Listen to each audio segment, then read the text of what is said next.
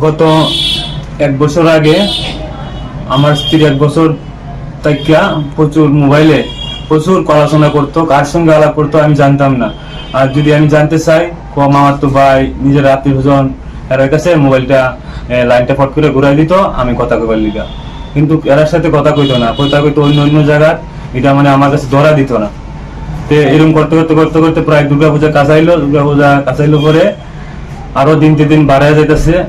হঠাৎ করে একদিন মোবাইলটা আমি ভাঙ্গা দিছি পরে এই আমারে কয়, তুই আমার মোবাইল ভাঙছ তুমি, আমারে তুমি ধরে রাখতে পারতা না, আমি সত্যি আমি যামুগা ঠিক হই। এরপর প্রত্যেকদিন আমার কাছ থেকে টাকা নিত, ইনকামের থেকে টাকা নিত, 100, 200, 50 এরকম টাকা নিত। জিগাইলে পরে কয় আমি কই ফালাইছি টাকা, আরে দিছি টাকা, এরকম করে।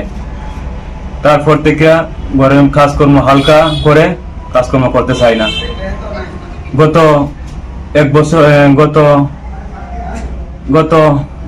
12 তারিখ বাড়ির দিকে গেছে গা।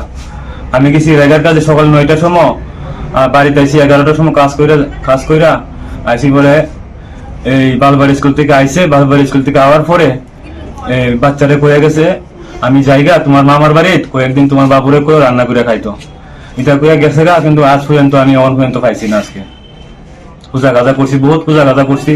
আপনাদের কাছে অনুরোধ, সবাই আমার দেখে আমার বাচ্চাটা আজকে ভালো করে খাবার খাই না, আমিও খাইতে পারি না।